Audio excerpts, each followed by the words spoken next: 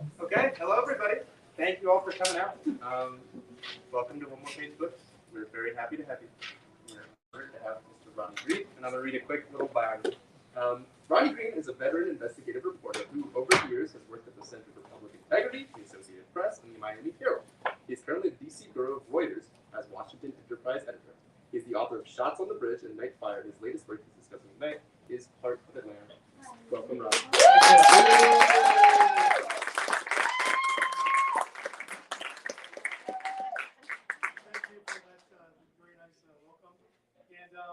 It's great to get One More Page Books. I was here for my last book. It's a great local bookstore, so it's definitely good to be here talking about my book tonight. So that's awesome. So I'm happy to talk with you about a story that I think is really a deeply meaningful chapter of the civil rights saga of this nation, but an often overlooked chapter in that civil rights struggle over the years. And just to give you a little bit of frame, the frame for this book, Heart of Atlanta, is really centered on the 1964 Civil Rights Act, which was set in motion about a year earlier by President Kennedy when he was witnessing riots on the streets and killings by members of the KKK, and decided after 2 years in the presidency that it was time to act and unveil the slate of civil rights laws that ultimately became the Civil Rights Act of 1964. That act had 11 different components that were all meant to, target discrimination and push for equality. My book really focuses on Title II, which is called Public Accommodations, which we all know, hotels, motels, restaurants. And one of the many striking things is that, in writing about this is in the early 1960s, so it's really somewhat modern U.S. history, and it was troubling and striking that in 1963, many times black residents could not go to a hotel or a motel or a restaurant because the proprietor was against equality, against racial equality, because the proprietor was a segregationist. So think about it. In the early 1960s in the U.S., oftentimes when minority customers wanted to go to places of lodging or restaurants and the proprietors didn't want them, what would happen is the customers, the would-be integrators, would be the ones who were arrested. They were often charged with trespassing, with violating segregation edicts, with disturbing the peace.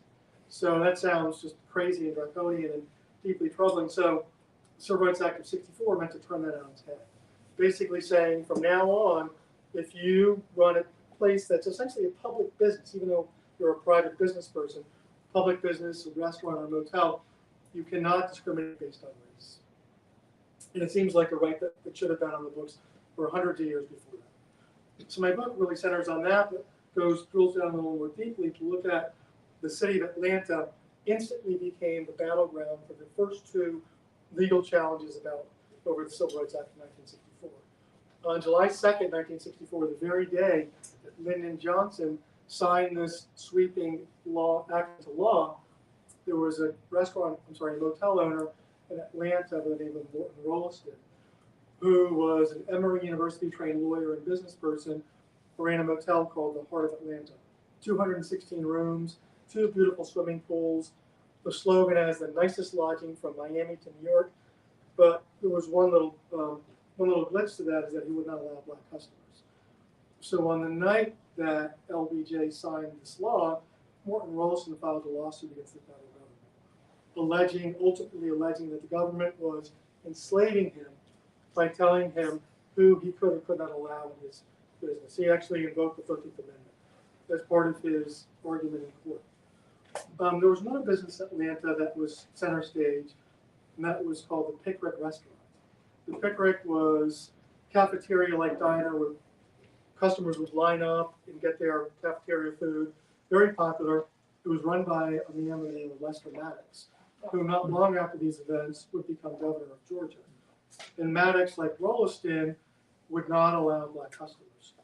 Both of these men hired black workers to work in the kitchen, to clean rooms, but they just would not allow black customers at the locale. And my book is about those struggles, but it's also peeling it back even more deeply, looking at a group of unknown, unnamed, unheralded ministers who were ministry students at a local seminary in Atlanta called the Interdenominational Theological Center, the ITC. And these young ministers in training were disciples of Martin Luther King. in Martin Luther King's preaching of nonviolent protest. And what I learned in researching these events, and I think it'll come clear by the end of my talk, is that I came to really feel that nonviolence, even though you don't fight back, nonviolence is very much an act of courage. It takes courage to stand your ground when you're facing oppressors and people who won't allow you in because of the color of your skin. And I think you'll see that by the time I'm done talking about these events. You know, one thing I thought about these ministers were, they decided, they met in their dorm rooms at the ITC, and they said, the law's been passed by the US Congress and signed by the president. We've got these two businesses, it's a couple minutes away from us, the motel and the restaurant, that won't allow black customers. We're going to go test this ourselves. They got together over their lunches and their meals and decided to go integrate these places at really personal harm. And they were doing this at a time in 1963 and 1964 where there was just deep, painful violence happening across the country, racial violence. Medgar Evers was gunned down in his driveway by a white supremacist bullet the night that John Kennedy announced his plan to invoke these laws, that very night. In Florida, there was some racial unrest in the city of Jacksonville, and a group of 20-something white guys said, I want to go into a black neighborhood and kill a black person. And they did. They shot and killed a mother of 10, 35-year-old mother of 10, just because of the color of her skin. You know, we've all heard of the ghosts in Mississippi. There were KKK killings in Mississippi. In one horrific case, members of the KKK picked up 2 teenage young black men and threw them into the water while they were still alive. And in St. Augustine, Florida, when black and white customers jumped into this pool at the Munson Motor Lodge to celebrate the government's sanctioning of integration, the pool proprietor, the motel proprietor, threw an acid in the pool. So I thought about these times in this era when these young, unheralded ministers decided to test the waters themselves. And actually, I thought a little bit about Amanda Gorman's poem that she read at the inauguration for Biden and Harris, The Hill We Climb. And there was a brief little passage that, to me, was connective tissue between what she's saying today and what these ministers went through back then. And she said, when day comes, we step out of the shade, for there is always light. If only we're brave enough to see it. If only we're brave enough to be it. And those poetic words really stuck with me as I thought about what these ministers did as they attempted to integrate. So my book really aspires to do 2 things, and one is to bring the legal cases, which ultimately went to the U.S. Supreme Court, to sort of give them their due. These cases have been often neglected and forgotten by many folks in this country, but also to step back and give these ministers, who I think are really our heroes, their due as well. So to bring the story and these young men to light.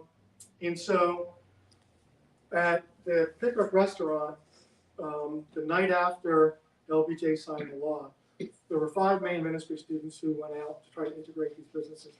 Sometimes they'd go in groups of 3, 4, 2.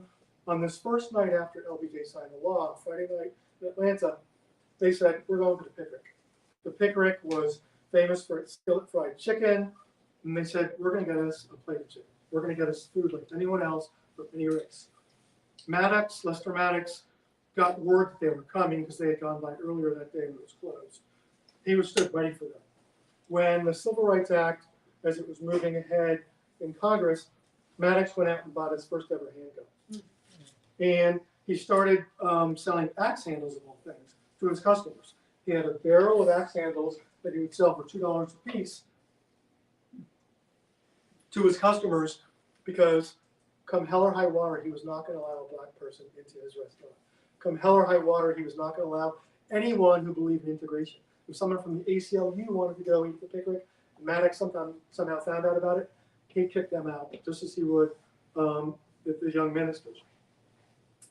Maddox was a 10th grade dropout who, as I mentioned earlier, later became governor of Georgia, which is really a remarkable story in itself. He sort of made his own dollar. He had all these different jobs growing up, dropped out of school. He was in a family of 9. He started working as a teenager to make some money. One of the jobs he had over the years was he had sort of Lester's Grill. He would sell food outside of his neighborhood. So ultimately he said, I'm going to buy a little property near Georgia Tech and open a restaurant. That became the Pickwick Restaurant. Beyond the very popular fare that he had, Maddox also had what he called a segregation wishing well, where you could throw nickels and dimes and quarter in the water and wish for segregation.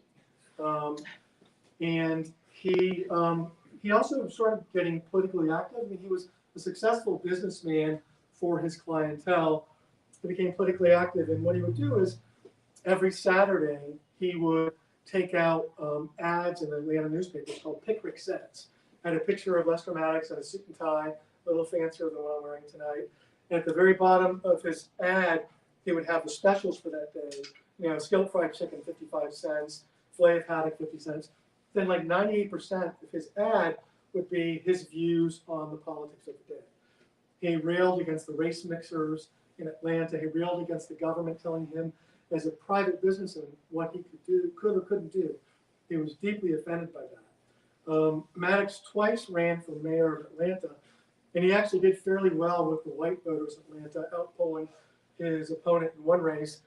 But the black community of Atlanta was completely against him, and because of that, he lost both races for mayor of Atlanta. And Maddox came to see Martin Luther King, Atlanta-born Martin Luther King, as his arch enemy. Maddox referred to King as an enemy of the country. If that sounds familiar. And Maddox said he would have won were it not for Lester Maddox. Would have won were it not for Martin Luther King. So when these young ministers started to go out, Maddox viewed them in a particularly, I think, vile light. I'm going to read a couple of brief passages, including this one right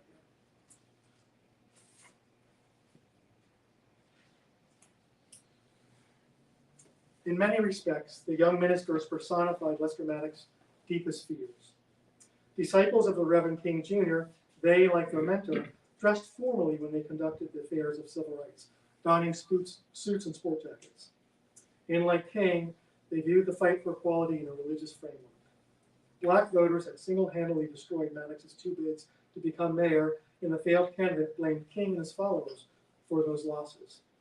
The ministry students then represented King's flock to Maddox, and they were ready to press against the one principle he held most dear, his right to operate his private affairs any way he wanted. Maddox would never serve black people in his restaurant. He'd fight like hell before he'd allow civil rights agitators close to Martin Luther King to integrate his business. And fight like hell he did. So on that first Friday night, when three of the ministers went out, George Willis III, Woodrow T. Lewis, and Albert Dunn, to get food, they couldn't even pull into the parking area. Maddox was ready for them. Maddox and his customers were ready for him. Maddox raced to their car, and when George Willis, the driver, tried to open the door, Maddox slammed it. Open, slam, open, slam, open, slam. When Willis finally got door open, Maddox put a gun in his face. And he stormed off, and he and his customers pushed the men, led them off. Maddox led them off by gunpoint.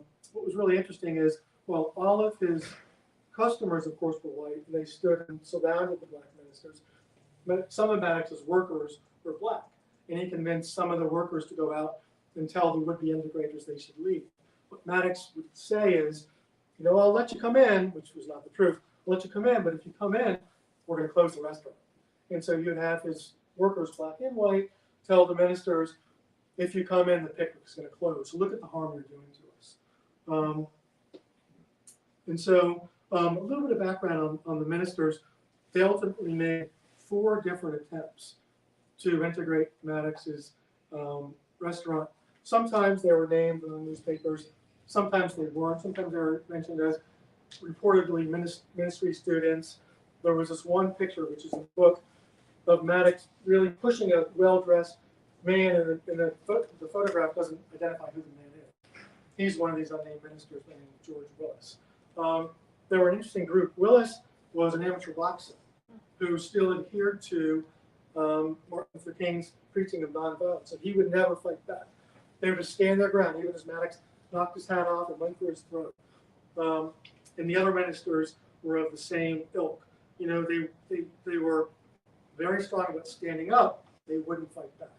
And I think that showed sort of the fortitude it takes, as one of the ministers, Woodrow Lewis, told me, if we would have fought back, we would have been slaughtered. And I would have had lots of witnesses say we started it. I want to read another brief passage, if you don't mind, that goes into that first time that the ministers went out. July 3, 1964. And now, one day after Lyndon Johnson signed the nation's most far-reaching civil rights law, Maddox braced for more visitors. He had repelled people from the force. Black voters had sent him 2 losses to the polls. He'd summoned all of his inner fire to ensure they didn't conquer no matter. As Willis pulled close, Albert Dunn, stepped from the car, eager as always to confront his adversaries. Yet as Willis began to park, a crowd led by Lester Maddox rushed to the car. And Maddox himself tried to slam the driver door shut so Willis couldn't exit. Willis tried again and again to open the door. Maddox pushed back each time he did.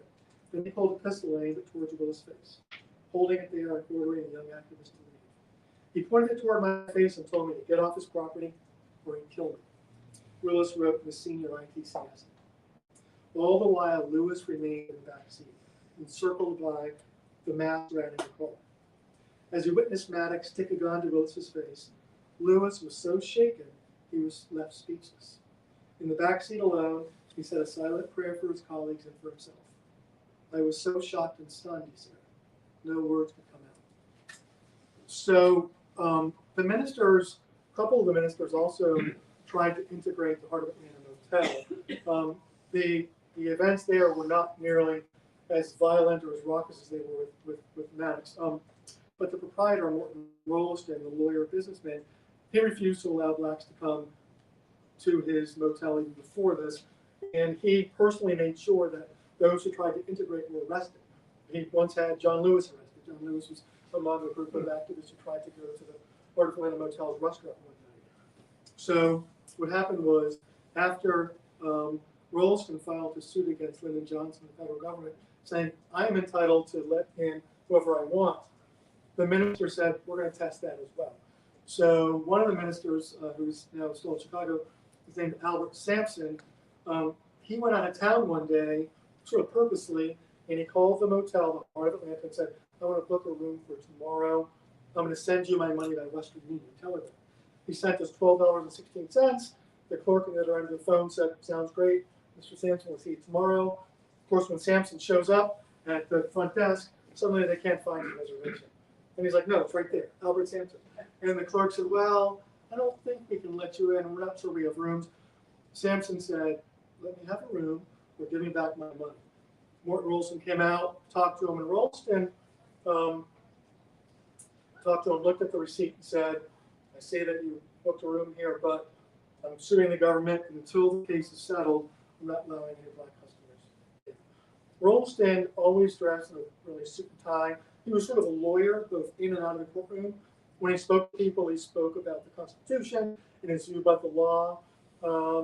Maddox was more of a down-home, much of a whistling playing, very much of a Southern, through his friends, very much of a Southern gentleman. Rolston was sort of forthright, like he was talking like he was in a courtroom. So another one of the ministers came out, Charles Wells. He was an athletic minister who was also a military man, who was very, fit. He, like his colleagues, would not fight. He used his words. He used persuasion. He went out to the Heart of Atlanta. Rolston would not allow him in either, turned him away. Wells pressed. Rolston said no. Those 2 visits by Sampson and Wells are really important because after Rolston filed his lawsuit against the U.S. government, the case went to federal court, as did the case the ministers filed against the Big Rig. They both went to federal court. When there was a huge hearing, the U.S. government, Robert Kennedy's office, put only 2 witnesses on the stand. And they were Albert Sampson and Charles Wells, these ministry students. They were really vital to the government's whole case.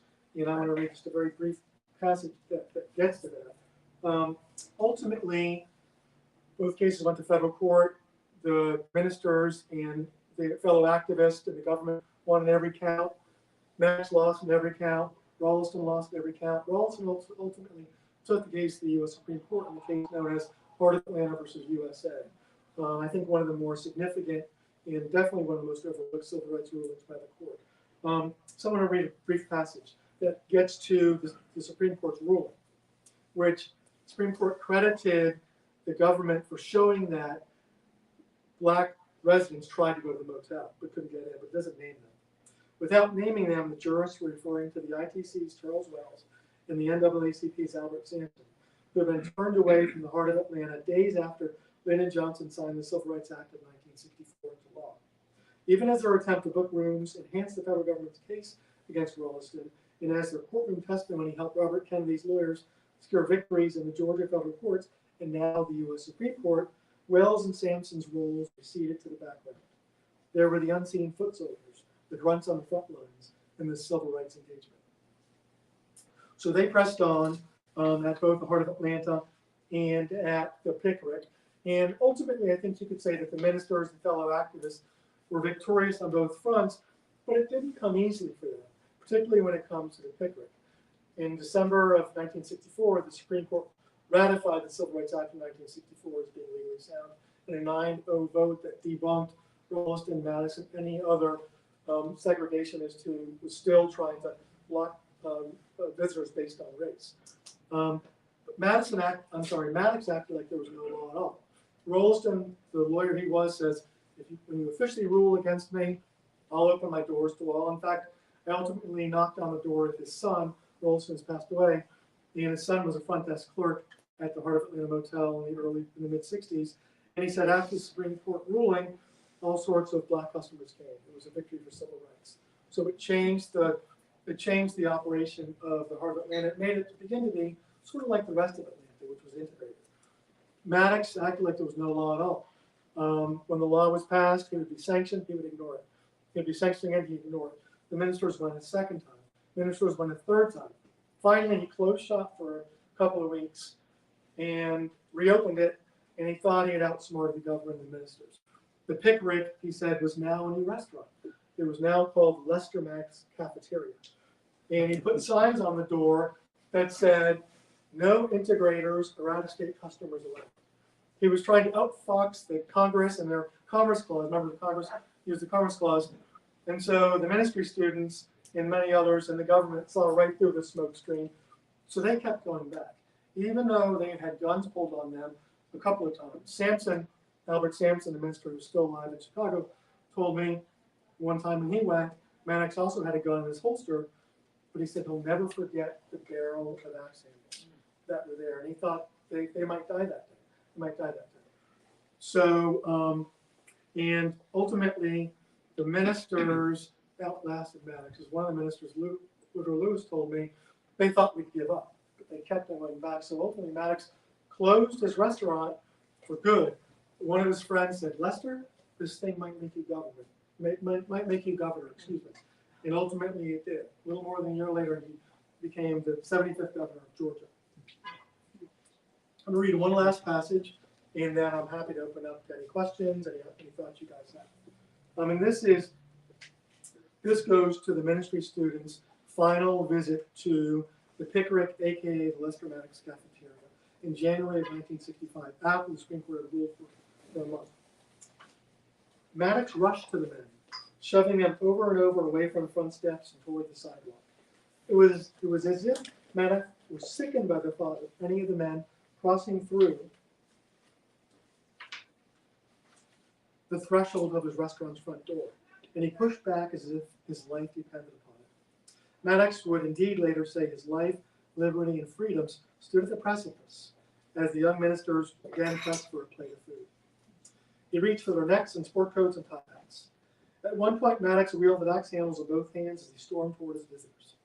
He pushed and swiped so hard he had to catch his breath a moment. Then, as the ministers held their ground and began walking again toward the front door, he pushed and shoved some more. All the while, Atlanta police officers passed by in motorbikes or on foot, never stopping Lester Maddox's newest physical assault on the nation's integration movement. A soundless 4-minute, 37-second black and white video captures the stunning scene. The archives preserved at the Civil Rights Digital Library identify just one of the 4 men, the Reverend Charles Wells. The other 3 are not named. I sat down with one of them, Woodrow Lewis of South Carolina. Sitting at his dining table one morning in 2019, Lewis viewed the footage for the first time. Until I clicked on the grainy newsreel video, he had no idea it existed. Thank you very much.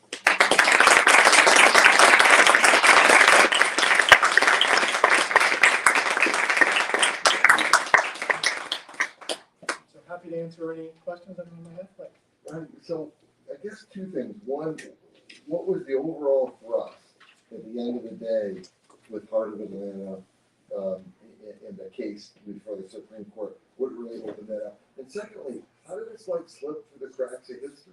Yeah, those are two So significant, it seems. two good questions. Yeah, I mean, so the Civil Rights Act of '64 had 11 components, 11 titles. This was Title II. What the Supreme Court's ruling in Heart of Atlanta versus USA did was affirm that that Civil Rights Act was legally sound. It officially stamped, it said, if you're a motel owner, for Title II particularly, motel owner, restaurant owner, you can't dictate your clientele based on race. So it was a victory and affirmation. As Jesse Jackson said, it set us free. Once the law was on our side, then the civil rights community, civil rights activists went again and again and again, keep knocking down more doors. Why has it been, I think, neglected or lost to history? That's a good question. One of the legal scholars that I talked with, think back for a second. Before Kennedy unveiled the civil rights law that ultimately became the Civil Rights Act of '64, there were the lunch counter sit-ins. There was deep violence. That was the talk of the day.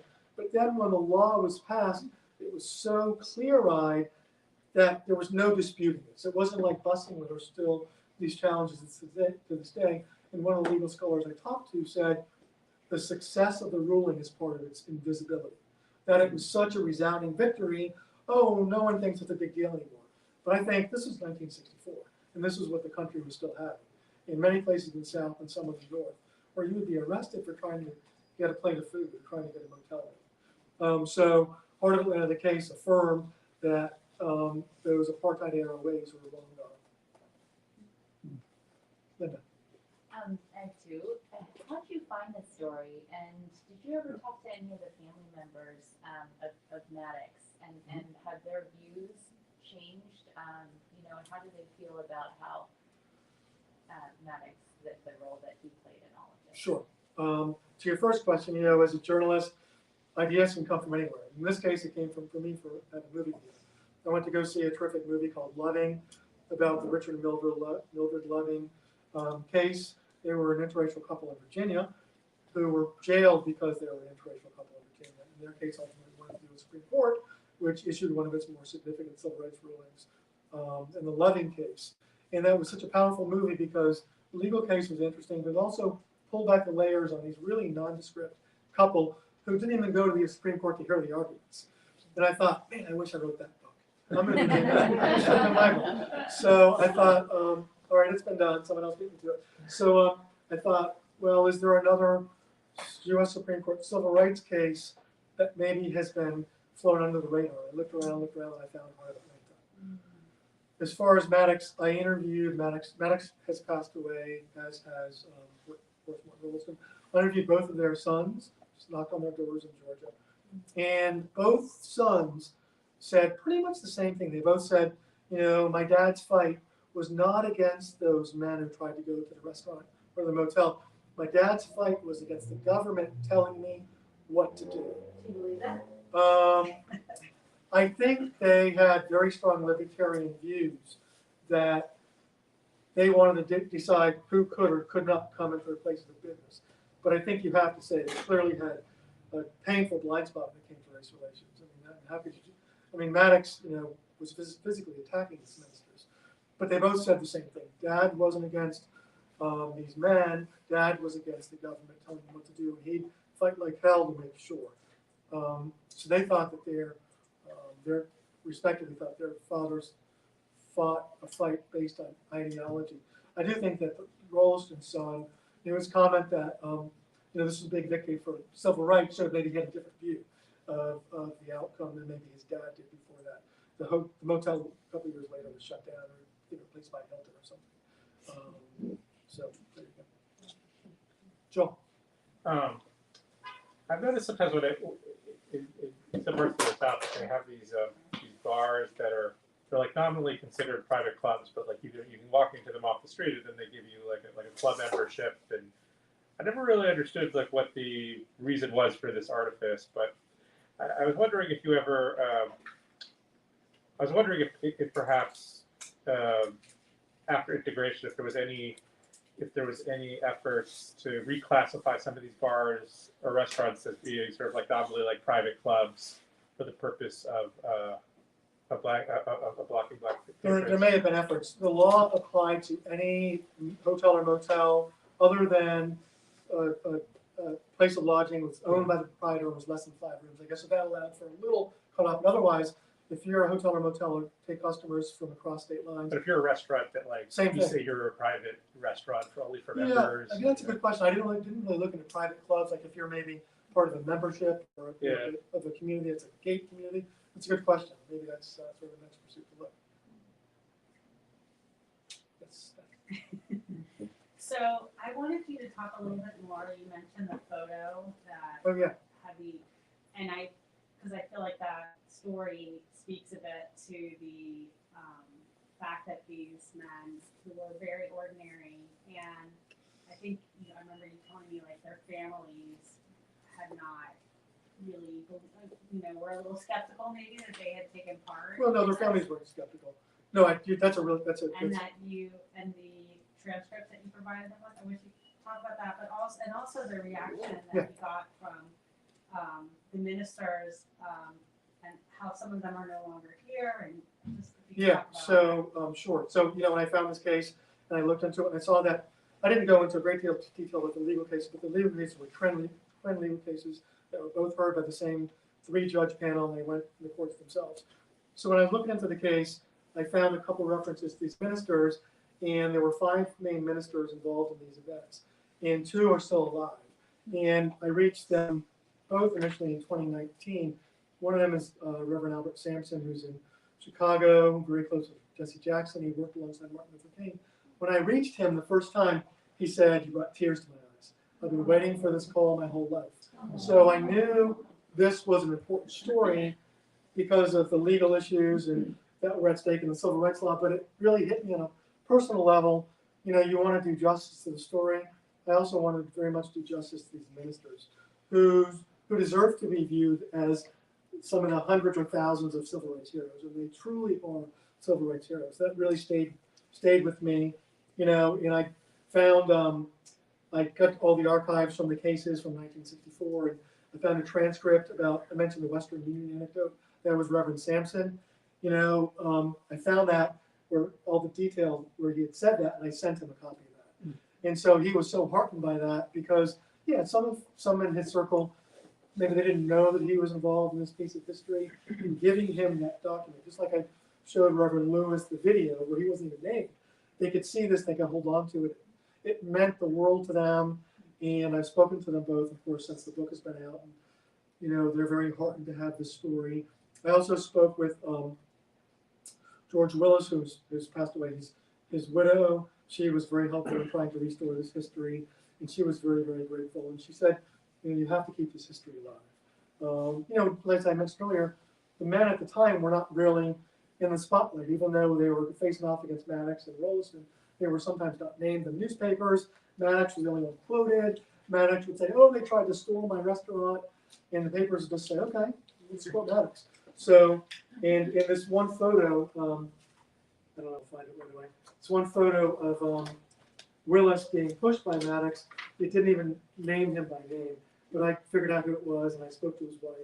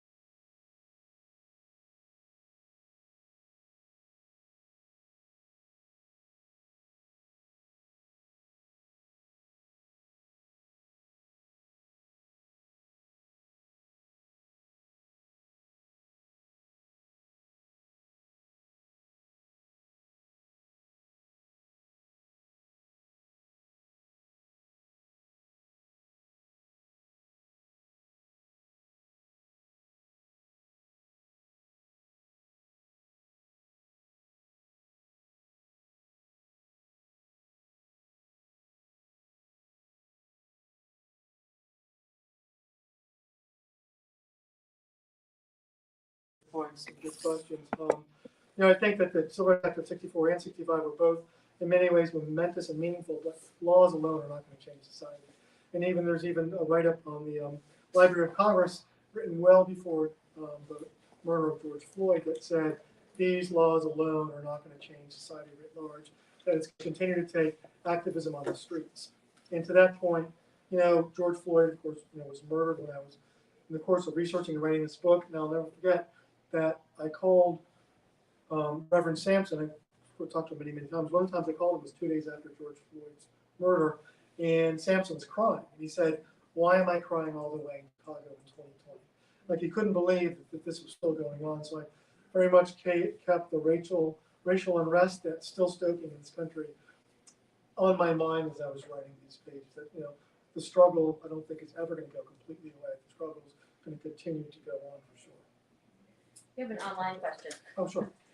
Sheila Burt is tuning in and says, congratulations on the book. She said, may I ask about the inspiration to name the book Heart of Atlanta? Hello, Sheila. Sheila is a great journalist who's one of my students. I teach adjunct at Johns Hopkins. She's an outstanding journalist. Hey, Sheila. Heart of Atlanta, I think, was an easy name for me because the case was Heart of Atlanta versus USA. And Heart of Atlanta, I think, just cuts across the grain about, in many ways, I thought, sort of the collision of interest. Atlanta dubbed itself the city too busy to hate. And Atlanta certainly had, compared to other cities in the South, many steps of racial progress over time.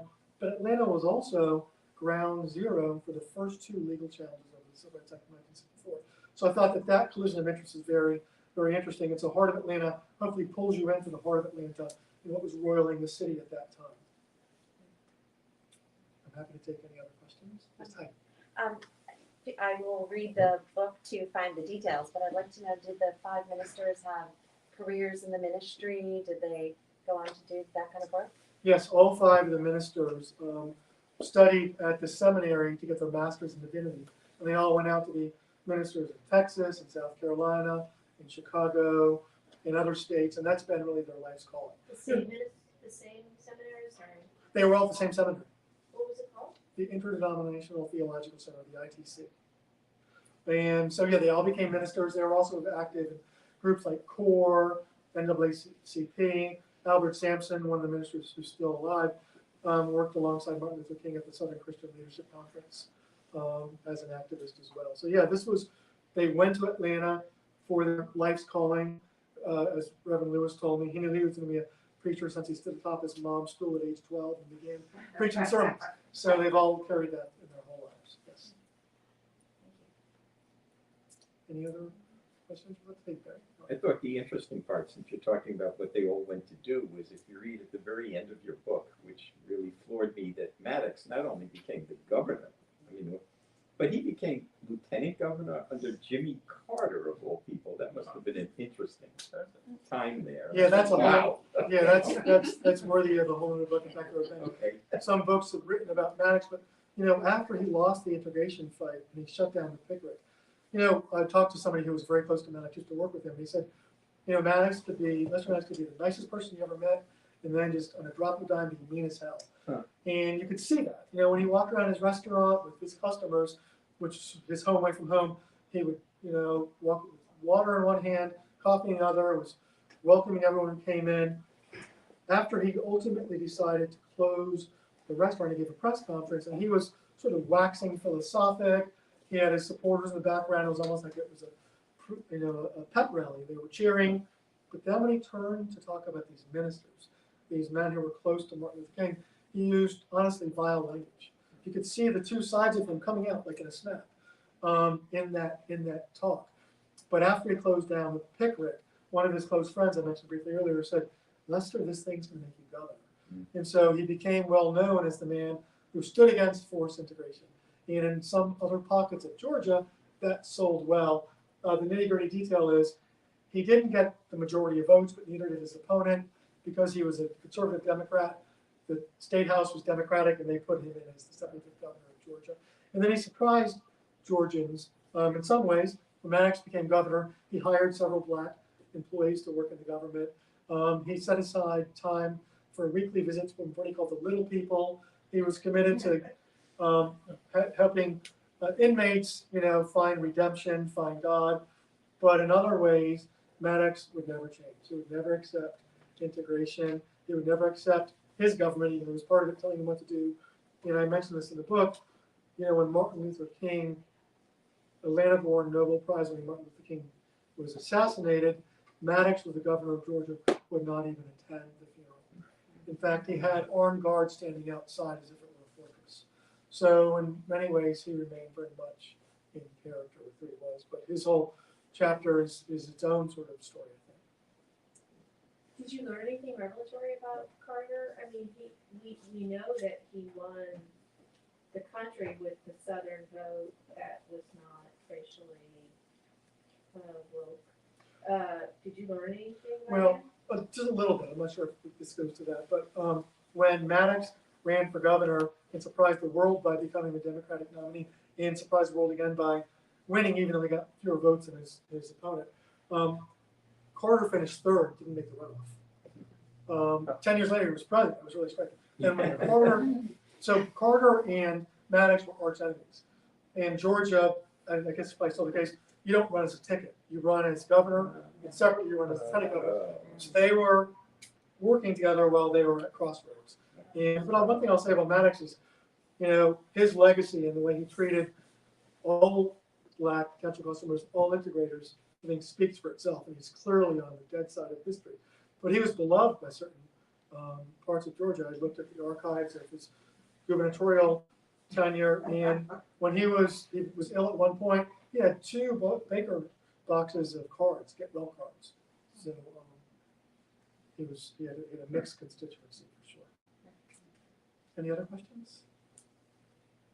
You talked about how this chapter has been, overlooked, but can you talk a little bit about, going to the African American History Museum in DC and what small vestige you saw there of this? Yeah, no, that this case has definitely been overlooked, and I'll get to that in a second. But the other day I was interviewed by a really bright young radio host who is very well knowledgeable about civil rights issues. He had not been aware of this case either, and that really struck me. And a lot of, in a room, a lot of the visitors today are journalists, and a lot of us are just not aware of this case.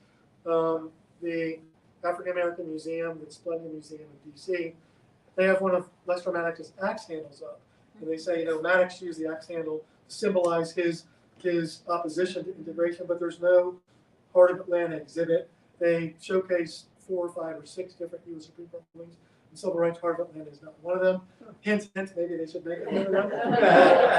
Send them a letter and get your book for sale. Museum is right there. So here's hoping that the word gets out about this case. And while I focus on these 5 ministers, I really think there are hundreds or thousands of unsung heroes in the civil rights movement. One of my little catchlines is sort of meet 5 here. These are 5 of them, but they're really not the only heroes of this movement who are not recognized really in history the way they should be. Well, they survived. They weren't killed. Yeah, it may be a miracle. Maybe a miracle they weren't killed. If they had fought back, if one of them had fought back, Willis was a boxer. Dunn was tough. Dunn was the shortest of them, but he would stand nose to nose, but they never lifted their fists. Yeah. They adhered to Martin Luther King's preaching of nonviolence, showing that it was courageous of them to do that. Question in the back, I think. When you were interviewing the ministers, Ronnie. Yeah. Oh, hey, Chris. Hey. Yeah, I'm wearing a hat. I guess 2 questions. The first one was going to be, you were talking about how Maddox had very libertarian views. Was he part of any society groups or kind of fraternity groups, political movements, which you tracked that still exist today? Oh, it still exists today. That's good. And then the second question was, when you were speaking to the ministers, what were some of the ones that are still alive and their relatives? What are some of the issues that they were keenly focused on today? You spoke about how you'd spoken with one of them days after George Floyd's death. But what were the kind of the issues that they were tracking closely? Yeah, the first thing, Maddox, and Rolston for his part was as well, and he was a lawyer who handled cases trying to keep the schools segregated as well, not just his motel. Maddox was involved with several groups that had acronyms like GUTS and PASS, people against integration, people against integration. So he was definitely part of those. I didn't look in modern day to see if those groups still exist. Probably some of those pockets do exist in certain parts of the South. To your other question, Albert Sampson, one of the ministers, he is sort of like a neighborhood politician before COVID. And I reached out to the ministers before COVID. I flew out to Chicago to meet with him, and we went to a restaurant, and everyone who passed by, he would greet them like he was a neighborhood politician. His church sort of was almost like a social service agency. He supported black farmers. He had a program to support black farmers markets, urging his congregants to buy produce shipped from black farms.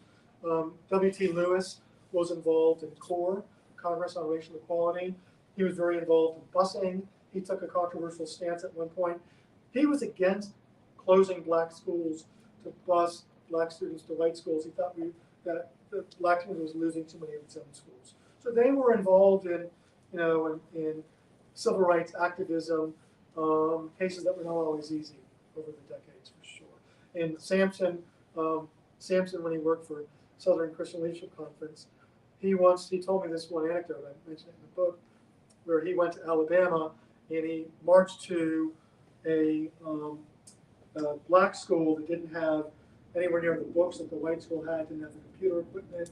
And when he marched there, the local sheriff pulled a gun on him and put it to his face and referred to him in a derogatory term from Martin Luther King as Martin Coon. And as Sampson recounted, there were a couple of FBI agents just sitting there in a blue sedan, and Sampson said, "Why aren't you doing anything?" And they said, "Reverend, until he shoots you, close your head up, you can't do anything." So they were engaged in some pretty intense battles. And he pressed on and helped to integrate the school. And that's really how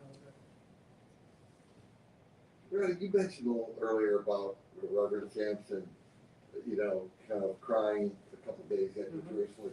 In any of your conversations with the pastors, did they talk at all about like where we are today? Did it surprise them? And did they think that they had made progress? And I don't know. I'm just curious. No, that's why Reverend Sampson was crying, of course, for what happened to George Floyd. He was haunted by that, but also that it was happening in 2020. This is exactly what was. Why am I crying all the way here in Chicago in 2020? Like what the fuck? Why is the society still dealing with that? So the struggle remains engaged in their minds. They're still pushing for equality, and while I think that this law was momentous, it's not a band-aid, it's not a cure-all. No one I think can suggest that it was. Didn't they talk about Trump with you at all? Yeah, in fact, Kay Willis, she's the widow of George Willis, the guy who was the boxer, who was a minister in Texas for many, many years. And he was interesting because he always kept his voice low, even when he was mad. He never raised his voice, Kay said. But she said the Trump presidency resurrected all memories. Brought her back to the civil rights struggles of the 60s, from Charlottesville and beyond. Now we're back in Georgia again, right? You think about it, it's like ground zero. That's one of the things I noted. I noted one of the many parallels is, Black Atlanta made sure that Lester Maddox would not be elected as local mayor of Atlanta, and Black Georgia was also instrumental in Trump losing Georgia. Absolutely. Good note. That's a nice coda. Okay. Well, thank you everyone for coming by.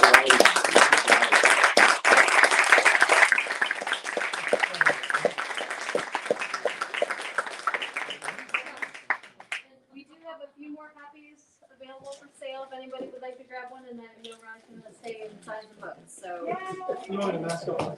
yeah. Thank you. Thank everybody for coming out tonight. Thank you.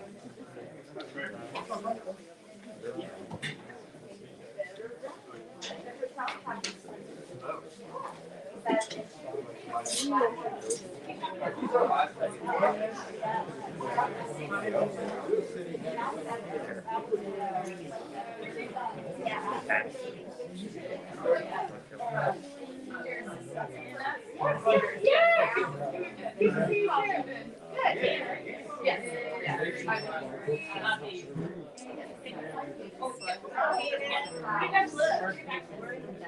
Oh, I'll try. If you hold it right here. Yes. Thanks for that, Ronnie. Congrats.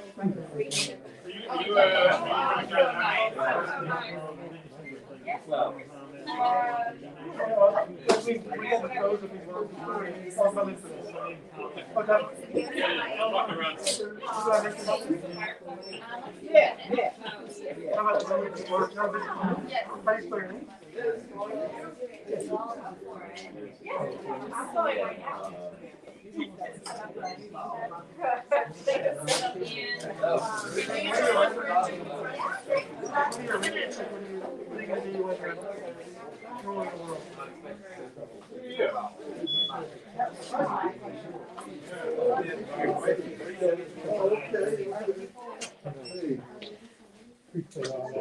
yeah. I thought Friday, I just on the phone.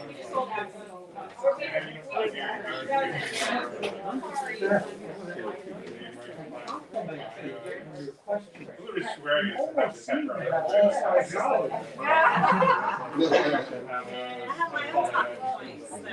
It's a little weird. It makes me feel like prison car. That's a little weird. Just think like, just some laws. Getting caught out.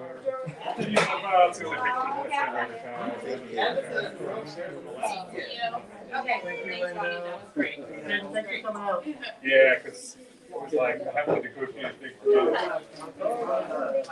My daddy, our daddy's like 17.